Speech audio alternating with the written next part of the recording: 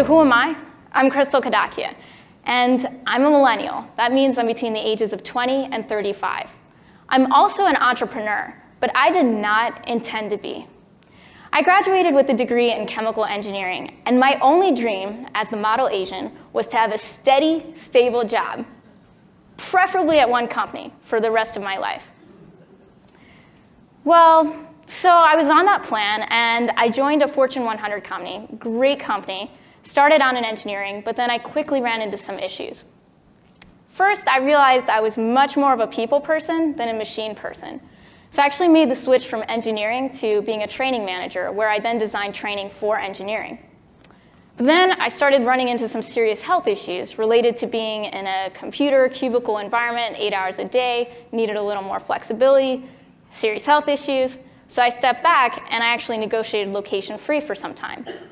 However, no matter how many mentors I talked to or how great my manager was, I couldn't see a long-term career path for me there.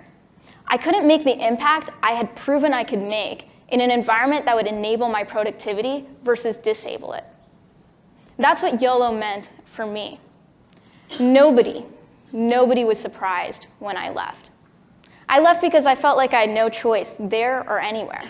And so I started a consulting firm a few years ago, and today I work with HR executives to help them listen and understand the next generation's voice, and then incorporate that into the current policies, procedures, cultural programs, things like onboarding, leadership development, manager capability.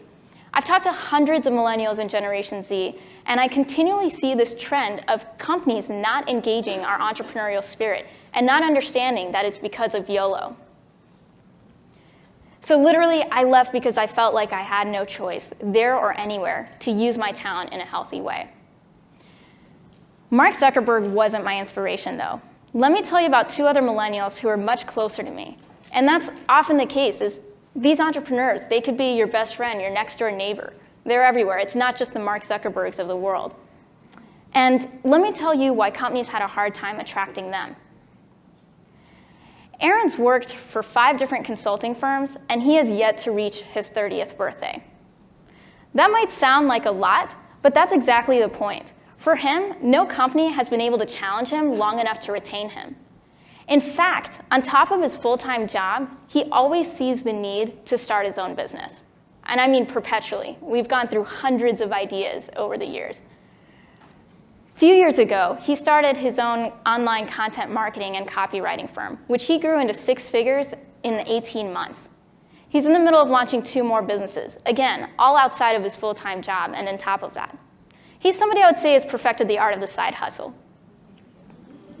So for Aaron, what intrigues me is that every single time he goes through an extremely rigorous interviewing process with these companies. These are all companies that invest a lot of time and money into recruiting and attracting top talent. Yet he ends up getting the job and finding that it's nowhere near as challenging as the interview. They just don't spend the amount of time and money on career planning, work development, manager capability. It's just amazing to me. If you have an employee like Aaron, you need to be prepared to give them meaningful, challenging work and give them flexible work arrangements, because top talent, they are always going to have downtime, and that's okay. The question is, are you going to be leveraging their downtime, or is he? YOLO for Aaron is all about maximizing the value of his time through learning new skills and doing challenging work. As side hustles become easier and easier to start, companies need to think about different ways to change their work structure to retain top talent like Aaron. Another person who's really inspired me is Jeremy. Jeremy graduated with his master's degree and joined Ernst & Young. Similar to Aaron, he quickly ran out of challenges. At 11 months, he had worked on every single type of project at every level and literally had run out of room to grow. So he quit with a total of $5,000 in his bank account and eventually started a business making Halloween masks. Sounds trivial, but in the first weekend that he launched these masks, he made $10,000. And since then, he's added 2 more product e-commerce businesses. He is a full-time entrepreneur. For Jeremy, he knows that his life is about innovation and creativity. And companies, they just don't offer the environments conducive to creation. For him and his business partner, it's all about immersive environments. They'll often spend 2 days straight working on a set of goals, and they'll take a couple days off, but the amount of focus and concentration they achieve during that time, it just doesn't compare to a rigid work structure in a cubicle environment. On top of that, when they're brainstorming ideas, they'll put themselves in real-life physical challenges. For example, they'll go to a theme park and ride a roller coaster over and over and over again until they come up with that perfect idea. Now, please don't put me in that environment, because I don't think it would be a pretty picture. But for him and his business partner, those are the kinds of challenges that generate true out-of-the-box thinking. And while you might not want to do that at your company, you want to think along those lines, because we need to get to a place where we're seamlessly integrating the digital world and rote tasks with the physical environment and actually getting out there and doing something physically and challenging ourselves. That's what truly gets us to think out of the box. So for Jeremy, YOLO is all about doing the work while having adventure and flexibility, because he knows that that's how you deliver creativity and innovation in today's world. Again, these are all things that companies don't often offer. So when it comes to millennials in my generation, you can probably see there's a common theme. The internet and social media really enabled and made entrepreneurship accessible for us. And that's something that other generations didn't have. On top of that, whether we're starting side hustles, our full-time entrepreneurs, are simply looking for a sexier company to work for, most companies today are missing the mark when it comes to offering challenging work and environments that enable our productivity and innovation and maximizing our value. And if you're not maximizing our value, you're wasting it. And if you're wasting it, you're not meeting YOLO. So what about Generation Z, those folks who are 20 and below? They're even more entrepreneurial than we are. Shivani Negi is a sophomore at Georgia Tech. She's the co-director of the Startup Exchange, which is a 2,000+ member organization on campus. She's one of the 40% of Generation Z females that wants to be an entrepreneur. For Shivani and her peers, they weren't just enabled by the internet. They were enabled by a STEM focus: science, technology, engineering, and math. STEM means that Shivani was able to be a part of the robotics club instead of just focusing on band or sports for her extracurriculars. For Shivani, she says that the label of an entrepreneur doesn't even matter. That's so yesterday. It's all about the belief that we can make and create something. And they're getting that belief in high school.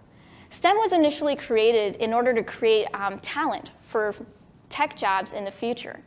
But in reality, it's actually creating more entrepreneurs.